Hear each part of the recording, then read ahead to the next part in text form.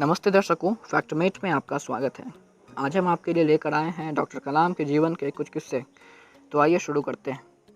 Doctor कलाम कहते थे, सपने वो नहीं जो आप नींद में देखते हैं, सपने तो वो होते हैं जो आपको सोने नहीं देते।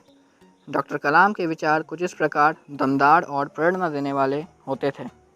डॉक्टर कलाम का जन्म 15 अक्टूबर 1931 में रामेश्वरम, तमिलनाडु में हुआ था। डॉक्टर कलाम बाल्यकाल से ही सुबह उठ जाया करते थे और स्नान करने के बाद गणित पढ़ने जाया करते थे। उनके अध्यापक की यह विशेषता थी कि जो विद्यार्थी स्नान करके नहीं आते थे वह उन्हें नहीं पढ़ाते थे। बचपन में वे अपने पिता को आर्थिक तौर पर मदद करने के लिए अखबार बेचा करते थे। 1992 से 1999 तक रक्षा मंत्री के रक्षा सलाहकार भी रह चुके थे। इसी दौरान वाजपेयी सरकार ने पोखरण में दूसरी बार न्यूक्लियर टेस्ट किए और भारत परमाणु हथियार बनाने वाले देशों में शामिल हो गया।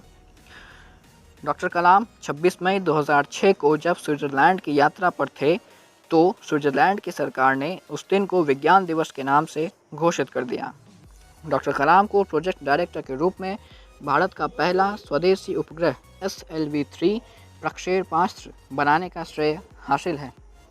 कलाम साहब ने पिता के बारे में कहा है कि उनके पास अधिक औपचारिक शिक्षा और धन तो नहीं थी, वह आत्मविश्वास और महान बुद्धि के व्यक्ति थे। वह अनावश्यक सुख सुविधाओं से परहेज करते थे तथा डॉक्टर कलाम ने अपनी मां के विषय में कहा है कि उनकी मां एक नेक और दयालु महिला थी।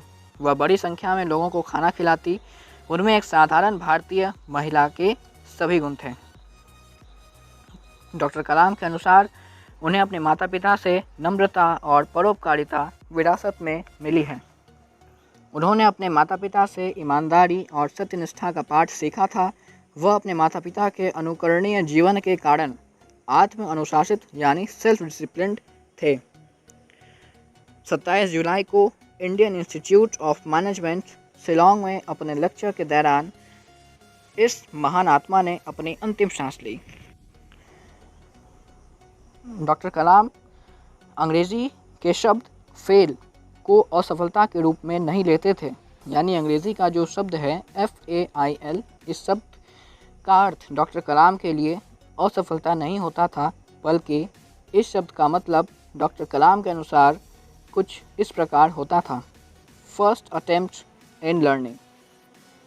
तो कुछ इस प्रकार के विचार थे हमारे 11वें राष्ट्रपति और करोड़ों युवाओं के प्रेरणा स्रोत डॉक्टर कलाम के।